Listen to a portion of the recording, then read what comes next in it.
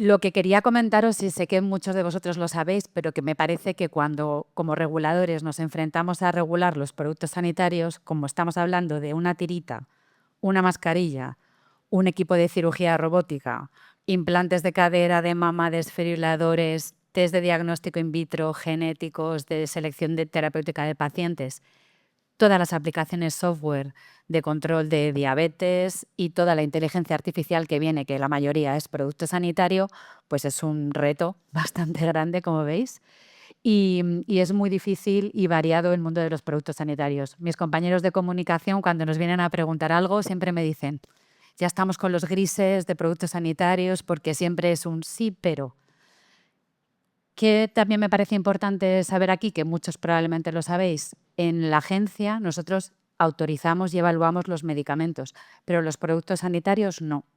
Las autoridades competentes no autorizamos los productos sanitarios.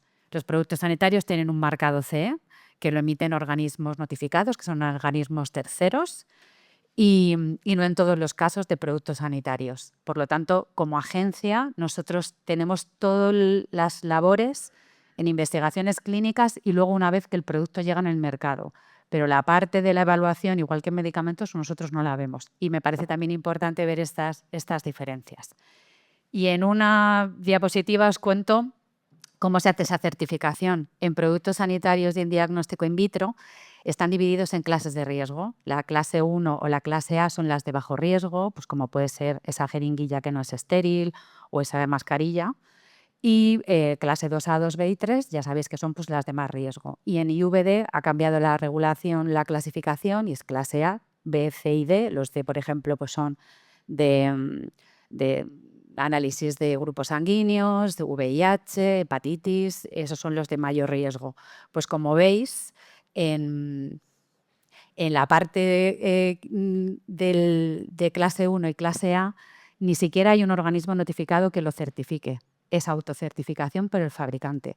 Con lo cual, el fabricante es el que, según la regulación, decide que su producto es conforme con la regulación, que tiene una serie de requisitos en la regulación, pero lo pone en el mercado sin que nadie más lo vea. Con lo cual, son los de bajo riesgo, pero son los menos controlados y muchas veces los que nos dan más problemas cuando vayáis a hacer estas contrataciones, para que también lo tengáis en cuenta. Y en las 3 clases, tanto de arriba como de abajo, que son de alto riesgo, sí que hay un organismo notificado que evalúa el producto y le emite ese certificado. Una vez que tiene ese certificado, se puede comercializar en toda Europa. Y los organismos notificados, que ahora hay pues 54, 52 de productos sanitarios y 19 de diagnóstico in vitro, pueden estar en todas partes en Europa, con lo cual un fabricante español puede irse a un organismo notificado alemán, revisa su producto, tiene un marcado CE. Una vez que tiene ese marcado CE que viene con el número del organismo notificado, ya se puede comercializar en toda Europa.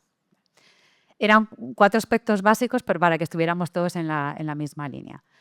Si nos vamos a los reglamentos, en el título pone 2027. Bueno, los reglamentos llevan en vigor desde el 2017, o sea que llevan mucho tiempo ya con nosotros. De hecho, en estas diapositivas, yo creo que ha sido ahora, he quitado nuevos reglamentos porque ya lo de nuevos me parecía un poco difícil. Y ha sido un camino muy largo. ¿Y por qué se hicieron? Porque en 2012 teníamos casos críticos como las prótesis de cadera metal-metal, las prótesis de implantes de mama PIP, mallas vaginales, perfluoroctanos, casos que habían puesto en entredicho el marcado CE y la confianza en ese marcado CE. Por lo tanto, se establecieron estos reglamentos que la discusión en el Consejo, en el Parlamento, fue desde el 2012 hasta el 2017, o sea que es muy complicado porque tienes que poner 27 países de acuerdo con las regulaciones y es muy complicado cuando tenemos que discutir esto. Y en 2017 entraron en vigor y no entraron en aplicación hasta el 2021, el de productos sanitarios, y el de productos de diagnóstico in vitro en el 22. El de productos sanitarios se retrasó un año por la pandemia de la COVID y ha sido un camino muy largo y está siendo muy complicado. Y ahora os pondré, porque en esto vais a ver que ha habido diferentes transitorias que han ido retrasando la entrada y que si vosotros estáis gestionando compras de productos sanitarios lo estaréis sufriendo porque estáis viendo contrataciones regulaciones de anteriores y posteriores, productos que están en transición y debe ser complicado también para vosotros establecer una contratación, pues yo qué sé, de desfibriladores y saber si cumplen la anterior, están en transitoria, el marcado CE todavía es vigente. Ha habido pues eso, mucho cambio y voy a ir ahora un poco en detalle. Lo que intentan estos reglamentos es que haya más transparencia, y ahora os hablaré de la base de datos, que creo que es algo que sí que os interesa mucho a vosotros, armonizar regulaciones, porque antes teníamos directivas, pero las directivas luego cada país las aplica en su país, entonces hay diferencias. Que fuera transparente por esto de tener estos registros y que pues favoreciera la innovación, porque en productos sanitarios estaréis vosotros, y entiendo que de acuerdo conmigo, que la innovación viene por productos sanitarios. En medicamentos habrá moléculas nuevas, pero muchas veces lo que es nuevo e innovador es cómo se inyecta, cómo se a lo mejor libera, cómo se diagnostica una enfermedad. Así que la innovación viene de nuestra parte. Y en 2 diapositivas os he puesto, y luego os dejaré la presentación también para que la tengáis, las 16 novedades del reglamento, así en dos diapositivas rápidas. Una parte primera fue organizar un poco la gobernanza de lo que viene siendo los países y la Comisión Europea, pero sobre todo, ¿qué me parece importante? La transparencia para saber qué productos sanitarios tenemos en el mercado. Durante el COVID fue una pesadilla porque nos preguntaban, ¿qué mascarillas tenemos en el mercado? No lo sabemos. No hay un registro, ni europeo. En España sí que tenemos registro para los de alto riesgo, que es algo que no tienen el resto de países, pero no sabes qué productos hay en el mercado. Tú, si quieres ver un medicamento, vas a CIMA, en la web de la agencia, y ves el medicamento que tienes. En productos sanitarios, imposible. Frente a una contratación entiendo que es algo muy complicado poder ver qué hay, qué te ofrece en el mercado. Pues Eudamed viene a solucionar esto. Los organismos notificados, como os decía, como se había puesto en tela de juicio esa labor que hacían de dar el marcado CE, se han puesto muchos criterios muy estrictos de cómo nosotros, como autoridades, controlamos a esos organismos, porque nosotros les designamos en la agencia con el Ministerio de Sanidad, designamos al organismo español, le haces una supervisión todos los años y revisas que tienen competencia, que tienen capacidad y hacemos revisión de documentación técnica que están revisando ellos. Y esto se ha hecho, ha habido muchísimo refuerzo que ha hecho que también los organismos notificados mejoren sus plantillas con también pues, bueno, consecuencias en si ellos invierten para dar el marcado CE, aumentan costes de sus tasas para dar esos marcados CE y esto lo terminaremos viendo en contratación porque van aumentando también los precios de los fabricantes. Cosas importantes, se había visto que en productos sanitarios hay pocos datos de preclínica y de clínica. Había muchos productos que son equivalentes a otros y se veía que había una falta de datos clínicos para la obtención del marcado CE. Y sobre todo a mí, de las cosas que me parecen más interesantes, que os las contaré en la siguiente, es la parte de la poscomercialización que hablabais del seguimiento.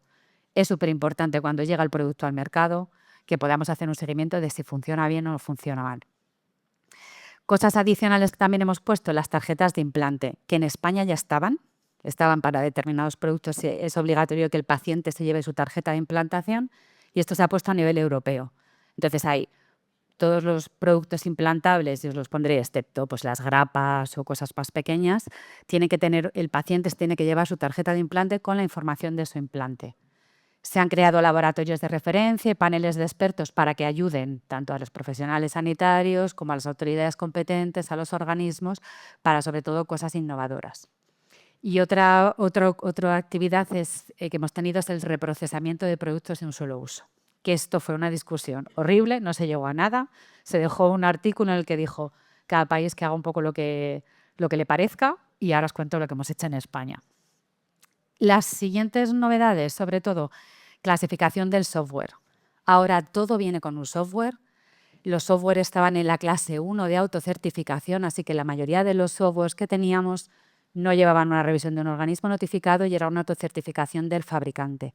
Y hay softwares que son críticos, que van a diagnosticar, van a determinar, van a daros a vosotros la información para diagnosticar a un paciente. Y por eso se han subido de clase y mínimo van a ser 2A. Otra cosa, por ejemplo, fabricación in-house. En diagnóstico in vitro es muy normal que un laboratorio de un hospital, un laboratorio de un centro de análisis clínico haga sus propios diagnósticos in vitro, modifique cosas. Pero en productos sanitarios la fabricación in-house no era algo que se podía hacer. Y he dedicado una diapositiva para esto porque sí que ahora con las máquinas 3D y con la parte de realidad virtual están haciendo maravillas y hay que controlar un poco también esto. Y como os decía, yo sobre todo lo que me parecía más importante es que hay nuevas obligaciones también para operadores económicos, porque no solo son ya fabricantes, sino importadores, distribuidores, empresas que agrupan productos y venden pues una bandeja con diferentes productos para una operación. Y luego una pesadilla que ha llegado a nuestra vida, que son los productos sin finalidad médica del anexo 16.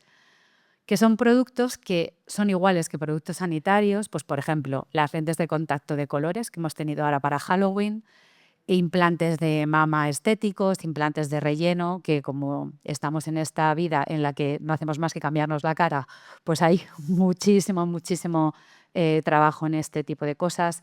Eliminación de tatuajes, infrarrojos, fotodepilación.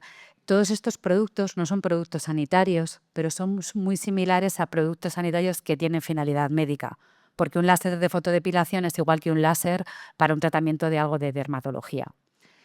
Pues como no estaban así en consumo general, los hemos adoptado con todo lo bueno y lo malo de lo bueno, por supuesto, seguridad para nuestros pacientes, que habéis hablado que es el objetivo, que para nosotros es el objetivo, pacientes y profesionales sanitarios, porque también queremos que lo que utilicéis sea seguro, no se os caiga una lámpara en la cabeza, o sea que nosotros también dentro del paciente unificamos dentro de nuestro objetivo al profesional. Bueno, pues estos productos nos dan más trabajo, pero creo que es una seguridad para todos. Bueno, pues es un desafío esta implementación de la regulación porque al final son muchos países, muchos cambios, todo el mundo en la cadena, tanto los fabricantes, las empresas, las autoridades competentes, los organismos, hemos tenido que cambiar muchísimas cosas. Y al final esto está repercutiendo también en hospitales, en contrataciones, por la disponibilidad de productos, por la lentitud a lo mejor en la que llegue algo innovador para nuestros pacientes. Y luego además tenemos una línea, y ya paso luego a comentaros ya cosas específicas, tenemos una barbaridad de legislaciones horizontales que nos afectan. Y yo esta diapositiva la pongo siempre, se me está desvirtuando ya porque era un círculo perfecto, pero cada día tengo que meter una regulación horizontal adicional. Y claro, al final, pues después de COVID se crearon muchas legislaciones para reservas estratégicas. En ERA, en la Comisión Europea, en la EMA, en la Agencia de Medicamentos. Toda la regulación de inteligencia artificial que ha llegado ahora. En la base el espacio europeo de datos de salud que va a beber de lo que llegue de los productos sanitarios con software y demás. Toda la parte del Green Deal, de la actividad verde de la Comisión Europea, que está limitando mucho los productos y las materias con las que se fabrican los productos sanitarios. Entonces hace que el fabricante tenga que pensar, pues si tengo una guía para insertar este stent que tiene PFAS y se prohíbe que se pueda utilizar en productos sanitarios, me tengo que buscar otro material. Muchísimas cosas. La SOHO, que es la regulación de células y tejidos, o la regulación de de medicamentos que viene ahora. Con lo cual, cada día tenemos una nueva.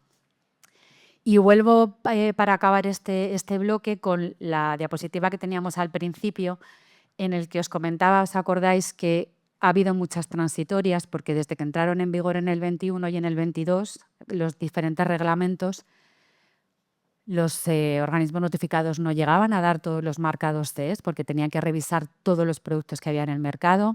Los fabricantes no estaban preparados en muchos casos para tener toda la documentación técnica, porque a lo mejor tú llevas 20 años en el mercado, pero ahora te están pidiendo datos clínicos y de poscomercialización y o no tienes, o no los tienes estructurados, lo tienes que crear, y esto ha creado pues, que al final la Comisión Europea ha tenido que ir haciendo extensiones. Entonces, entiendo que ahora vosotros en las contrataciones os encontraréis, a lo mejor que os dan la información de un producto sanitario que tiene el marcado CE caducado.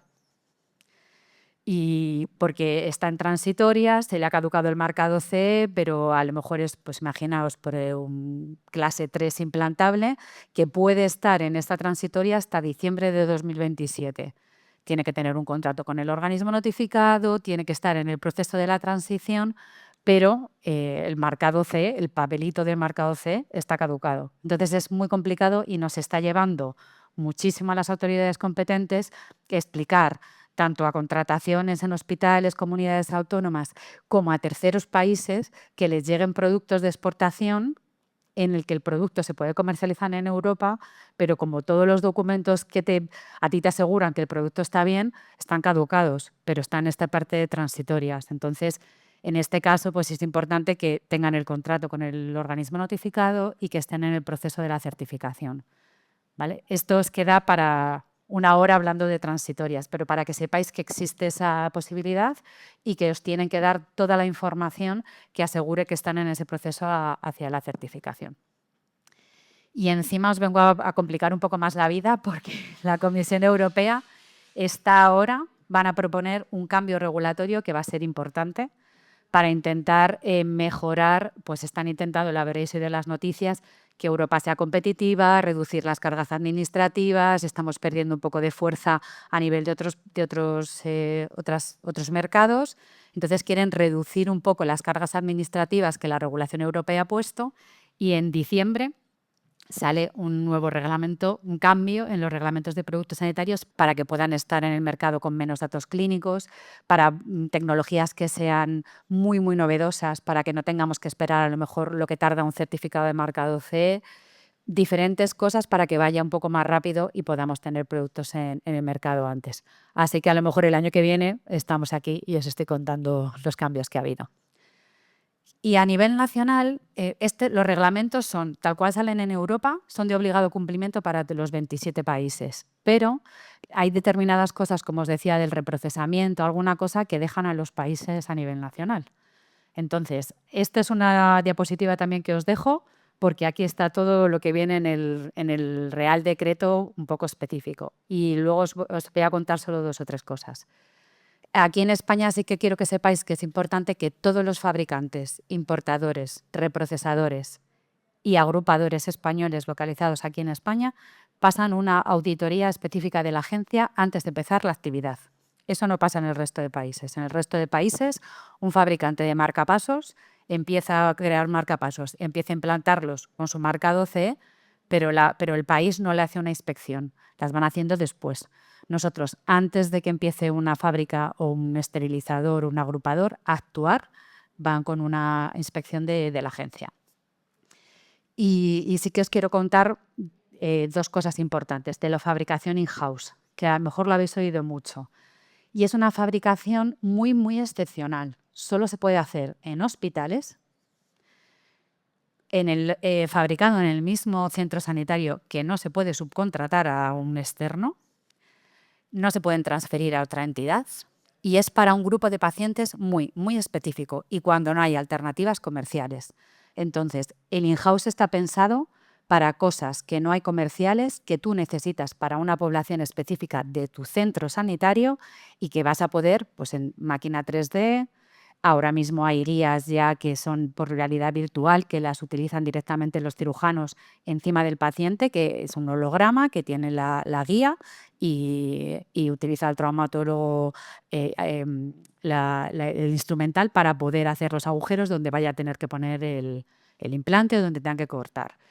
Pero es muy importante que solo es en el propio centro, que no es una fabricación a medida para un paciente, es para una población de pacientes y que es cuando no hay alternativas comerciales.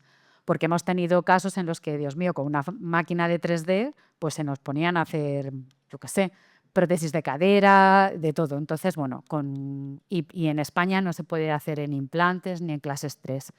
Nos hemos puesto una excepción en emergencias porque sí que vimos durante el COVID pues con todas las máquinas, todas las mascarillas de Decathlon y demás historias, pues que por máquinas 3D nos estuvieron fabricando muchas cosas. Algunas eran interesantes, entonces nos hemos puesto un punto en el Real Decreto que dice, si hay una nueva crisis, podremos hacer excepciones. Y luego en el reprocesamiento. No sé si vosotros tenéis productos reprocesados de un solo uso en el hospital, en los servicios de emergencias que lleváis. En España hemos dejado que se haga reprocesamiento, por ahora solo fabricantes reprocesadores. ¿Por qué? Porque sabemos que está ocurriendo y prohibirlo era pues como cerrar los ojos a la realidad. Y luego que a nivel de medio ambiente, pues en muchos casos se está viendo que a lo mejor sí que es necesario tener un reprocesamiento de productos de un solo uso. Yo tengo la esperanza que los fabricantes vayan cambiando porque muchos productos que sean de un solo uso, pues a lo mejor tienen más usos y podrían tenerlos con más usos. Entonces, en España ahora mismo, fabricantes que reprocesen productos tienen que pasar su marcado CE, lo mismo que cualquier otro producto, y se pueden poner en el mercado. Y en los centros sanitarios todavía no se puede. Lo digo porque sé que en muchos sí que se hace, porque tenemos mucho contacto con hospitales y con comunidades autónomas, pero en realidad ahora mismo el reprocesamiento de productos de un solo uso no se puede hacer. Vamos a hacer una legislación de desarrollo que contaremos con gente de hospitales, con gente que está en prevención, para poder hacer unas instrucciones que sean adecuadas, pero quiero esperar a que salga un nuevo reglamento, porque como me cambien las reglas del juego originales, pues ahora tengo que volver. Entonces, es importante que ahora mismo no se puede reprocesar en el hospital específicamente. En los hospitales hay centros de esterilización, pero la esterilización en principio son para cosas reutilizables. Y estos son productos que directamente el fabricante te dice que no se puede reprocesar. Dos cosas que me parecen importantes para vosotros. Creo que esto es un poco el kit de la cuestión de a lo mejor de esta charla. Vamos a crear en la agencia un registro como CIMA, pero de productos sanitarios. Todavía no le hemos puesto nombre, va a empezar el piloto en breve y es un registro en el que la información que esté en EUDAMED, que es la base de datos europea donde van a estar, en esa base de datos europea que podréis acceder, tiene el registro de empresas, registro de productos, la base, el UDI, el número de identificación único, que es el que iba a identificar a cada producto, los organismos, las investigaciones clínicas, la vigilancia y el control de mercado. Va a haber información accesible a todo el mundo. En las autoridades tenemos algo más de acceso a cosas más confidenciales, pero va a ser bastante amplia. Y nosotros de ahí, las empresas que distribuyan aquí en España algún producto tienen que bajarse esa información y podréis acceder como a CIMA, poner un producto por una empresa y saber lo que se comercializa en España, con un enlace al etiquetado y a las instrucciones, que espero que esto os ayude. Las empresas les complica un poco la vida, pero es que al final necesitamos tener un sitio en el que tú puedas ver los productos sanitarios que hay en España. En esto, sobre todo, es para que supierais que hay determinados productos que no se pueden vender online. Aquí sois todos profesionales sanitarios que estéis en gestión, pero esto también os lo dejo para como personas y población. Hay productos en los que es necesario que haya un profesional sanitario, como un producto a medida, productos que solo utilizáis como profesionales sanitarios o que requieren una adaptación, como los audífonos o las lentes de contacto en la primera revisión. Todos esos productos no se pueden vender online. Ni implantes, ni productos del anexo 16, estos de sin finalidad médica, que son para profesionales. Esto os lo dejo para vosotros. Y dos cosas adicionales más. En la agencia sí que miramos las investigaciones clínicas. España, lo habréis visto, es el país con más ensayos clínicos y más investigaciones clínicas en Europa. Hay muchísimo trabajo en la agencia para facilitar la investigación, con lo cual nosotros en el Real Decreto hemos puesto solo alguna cosa específica del lenguaje y de cómo manda, y que es un comité ético único, pues para facilitar un poco esa investigación en nuestro país. Como os decía, también es una obligación la tarjeta de implante, con lo cual vosotros como población, si os implantan algo o sabiendo en las contrataciones, aunque en emergencias es más difícil que podáis gestionar algo a lo mejor implantable, todo el mundo, todos estos, en estos contratos, en estos productos, tienen que llevar una tarjeta de implante, ¿vale? Y ya acabo, hay varios registros de implantes en la agencia. Estos registros son obligatorios, con lo cual todos los hospitales, todos los centros que pongan marcapasos, desfibriladores, Davis, que yo sé que, por ejemplo, sí que es verdad que en emergencias, el ECMO, estas soluciones previa al trasplante, sí que es fácil que haya, y los registros de implantes mamarios son los que hay. Y mi idea y mi deseo es que esto vaya un poco al revés. Ahora mismo la cumplimentación de estos registros lleva mucho tiempo para el profesional sanitario y nuestra idea es que sea al revés. Estos datos ya están en los hospitales. No tiene sentido que el profesional sanitario tenga que volver a meter estos datos. Con lo cual, nuestra idea es, cuando esté el espacio de datos europeo, que directamente se carguen de los hospitales a los registros sin que el profesional sanitario tenga que hacer nada más. Y aprovecho que, como estoy aquí con vosotros, sois gestores, habéis hablado en la contratación del seguimiento de los contratos.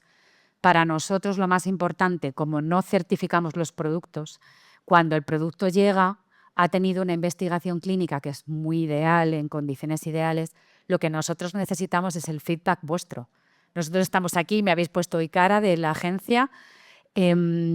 Nosotros recibimos incidentes por parte de las empresas, pero todos los que estáis día a día haciendo las contrataciones, utilizando los productos, tanto profesionales sanitarios como pacientes y usuarios, en profesionales sanitarios es obligatorio que nos notifiquéis si algo no va bien con el producto, porque yo puedo estar tranquila en la agencia pensando qué bien va este desfibrilador y que vosotros estéis hablando de lo mal que va este desfibrilador en concreto.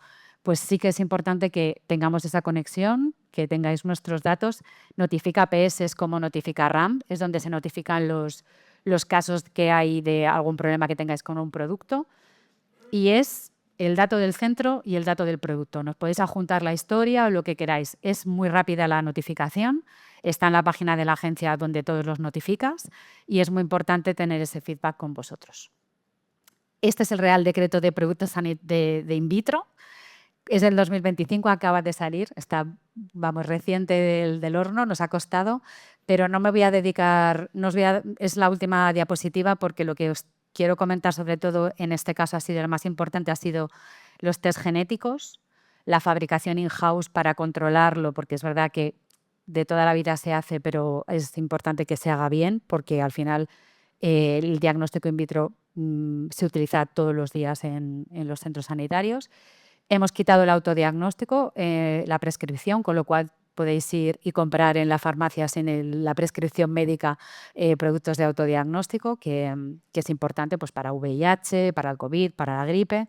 Y luego hay un hito muy importante que, como lo han hecho mis compañeros y que os lo quiero comentar, hay laboratorios de referencia europeos que son muy importantes para diagnóstico in vitro. Hay 5 en Europa y 3 son españoles. Este es un trabajo que ha hecho la agencia muy duro, que tenemos un consorcio de 3 hospitales de Madrid, el Carlos III y un laboratorio privado. Así que es muy importante ser referentes en los laboratorios de referencia. Y para que sepáis, como vamos a tener una sesión informativa, me parecía más importante casi dejaros, porque van a estar mis compañeras que saben perfectamente cada uno de los hitos de diagnóstico in vitro. Está en la página web de la agencia, os podéis registrar. Suele ser 1 hora dividido en 4 o 5 compañeros que os contemos lo más importante del Real Decreto. Y luego hay preguntas que iremos respondiendo y que además las utilizamos también para saber vuestro feedback. Y esto es por mi parte.